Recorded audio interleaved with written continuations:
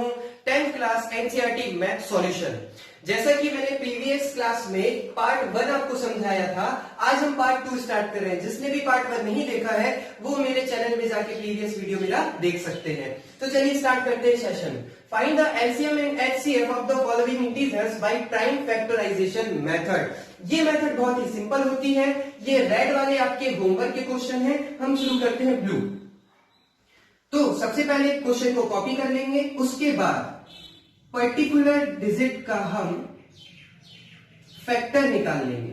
पहले 12 का 2 3 जा 6, 3 1 जा 3, फिर 15 का 3 5 जा 15, 5 1 जा 5, फिर निकालेंगे 21 का 3 7 जा 21 एंड 7 1 जा 7। अब क्या करेंगे, सबके फैक्टर्स लिख लेंगे। 12 के फैक्टर्स क्या है, 2 इंटू 2 इंटू 3। फिर हम 15 के फैक्टर लिखेंगे। तो देखिए कोशिश कीजिएगा सेम डिजिट एक के नीचे एक आए। तो इसका 3 इंटू 5, तो मैं क्या करता हूं 3 इंटू 5 ऐसे लिख देता हूं। और 21 को मैं क्या लिखता हूं 3 इंटू 7, तो यहां लिखता हूं 3 इंटू लिखता हूं 7। तो अब देखेंगे कि तीनों में सबसे कॉमन क्या है, वो ऐसी डिजिट जो तीनों में आ रही है। तो 2 3, देखिए यहां पे आपको 3 यहां पे कॉमन डिजिट दिख जाएगी। This is the HCF. HCF हमारा आ गया 3। अब मैंने एलसीएम के लिए आपको क्या बताया है, जो आपको पेयर बनता हुआ दिख रहा है उसको सिर्फ एक बार लिखें, बाकी जो भी बचे हुए सारे को मल्टीप्लाई कर दें। तो देखिए एलसीएम के लिए मैं क्या करूंगा 2 इंटू 2, 2 इंटू 2, फिर 5 इंटू 7, 5 इंटू 7, फिर ये जो पेयर है इसको सिर्फ एक बार लिखेंगे, तो ये इंटू 3। अब क्या करेंगे, इनका सिंपली मल्टीप्लाई कर देंगे। तो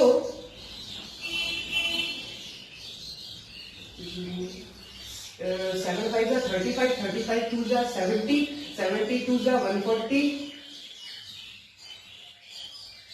420। ये हो गया हमारा एलसीएम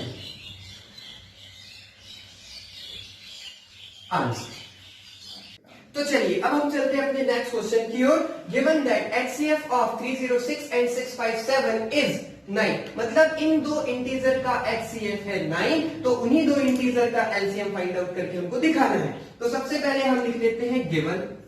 क्या क्या दिया है, यहां दिया है पहला इंटीजर क्या है 306, दूसरा इंटीजर क्या है 657, एचसीएफ भी दिया हुआ है क्या है 9। तो हमें फाइंड क्या करना है, फाइंड करना है LCM. Okay, we know that, हमें पता है कि एचसीएफ मल्टीप्लाई बाई एलसीएम क्या होता है, प्रोडक्ट ऑफ इंटीजर, दोनों इंटीजर का इंटू होता है। तो देखिए एचसीएफ की वैल्यू क्या है 9 है, मल्टीप्लाई बाई एलसीएम हमें नहीं पता है।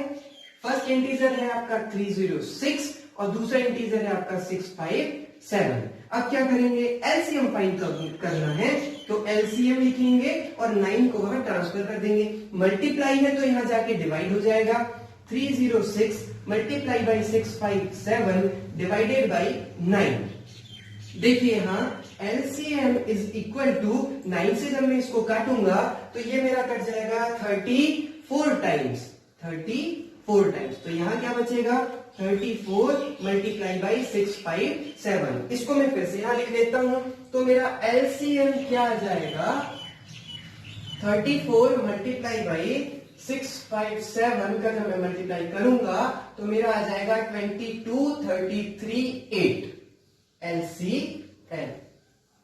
ये हो गया मेरा आंसर।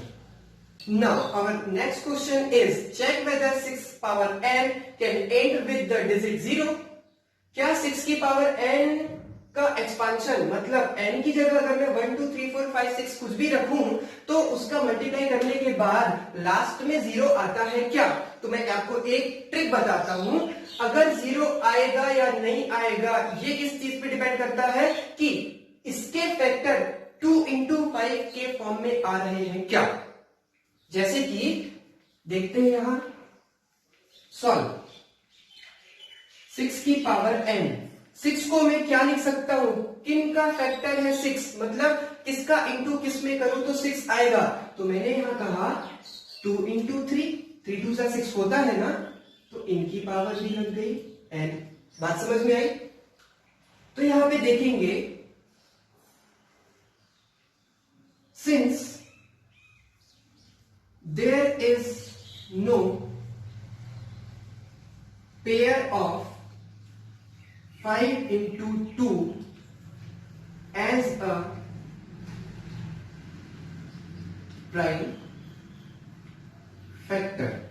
यहां पे देखिए 2 into 5 या 5 into 2 का पेयर नहीं आया है, तो यही मैंने लिखा है since there is no pair of 5 into 2 as a prime factor, so question पे आते हैं। 6n cannot end with digit 0। बात समझ में आई? अगर ये फैक्टर, इसके फैक्टर 5 इंटू 2 या 2 इंटू 5 के फॉर्म में आते हैं, तो फिर इसका ये जो लास्ट होगा ये 0 पे एंड होगा, वरना नहीं होगा। तो चलिए नेक्स्ट क्वेश्चन देखते हैं। Explain why 7 into 11 into 13 plus 13 and 7 into 6 into 5 into 4 into 3 into 2 into 1 plus 5 are composite number। तो ये रेड वाला आपके होमवर्क का क्वेश्चन, बाकी इसको मैं समझा देता हूं। देखिए क्वेश्चन कहता है कि क्या ये कंपोजिट नंबर है। तो सबसे पहले फंडा समझिए कंपोजिट का। अगर 2 से ज्यादा फैक्टर आते हैं तो वो कंपोजिट होता है, अगर 2 से 2 या 2 से कम फैक्टर होते हैं तो वो नॉन कंपोजिट होता है। तो देखिए सबसे पहले हम 7 इंटू 11 इंटू 13 प्लस 13 लिखते हैं, ये एक और ये एक, यहां से हम 13 कॉमन ले सकते हैं। तो मैंने देखिए यहां 13 कॉमन ले लिया, तो यहां क्या बचा 7 इंटू 11 इंटू 1 प्लस यहां से भी चला गया तो यहां बचा 1। अब देखिए पहले हम मल्टीप्लाई करते हैं फिर एडिशन करते हैं। तो यहां आएगा 13 7 77 प्लस 1, ये हो गया 13 इंटू 78। अब क्या करेंगे 78 के हम फैक्टर निकाल लेंगे, 78 के हम factor.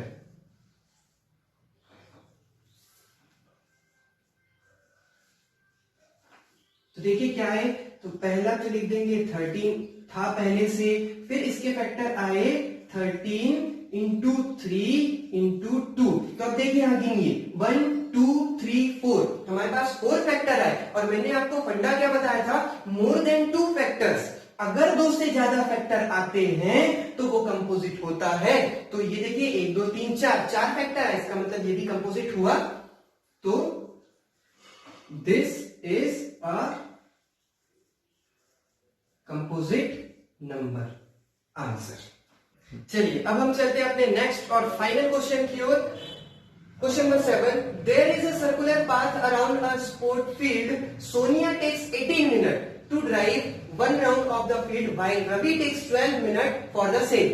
Suppose they both start at the same point, same time and going same direction. After how many minutes will they meet again at starting point? देखिए इसी क्वेश्चन को मैं आपको डायग्राम में समझाता हूं। ये एक सर्कुलर पाथ है, इसका एक राउंड रवि 12 मिनट में कंप्लीट करता है, 12 मिनट में, और उसी का एक राउंड सोनिया 18 मिनट्स में कंप्लीट करती है। तो ऐसा कौन सा टाइम होगा, वो कम से कम टाइम निकालना है आपको जब वो दोनों किसी भी जगह पे एक साथ फिर से मिलने वाले होंगे। बात समझ में आई? तो हम क्या करेंगे, इस क्वेश्चन में आपको जो डिजिट दिख रही है, by taking LCM of 18 and 12। तो LCM लेते हैं हम 18 और 12 का। 2 9 18, 2 6 12, 9 में नहीं जाता, 2 3 6, 3 3 9, 3 1 3, 3 1 3। तो LCM आपका क्या आ जाएगा, 2 into 2 into 3 into 3। LCM is equal to, multiply कर लेंगे, 36. This is our answer. I hope कि आपको आज का सेशन समझ में आया होगा. और हाँ, जैसा कि आप सब जानते हैं कि लॉकडाउन 17 मई तक बढ़ चुका है, तो इसमें आपको दुखी होने की कोई जरूरत नहीं है, क्योंकि हमारी ऑनलाइन क्लासेस और एक्सटेंड हो चुकी है. तो इसी खुशी में चैनल को लाइक कीजिए, सब्सक्राइब कीजिए और बेल आइकन को दबाना ना भूलिए. जय हिंद, जय भारत.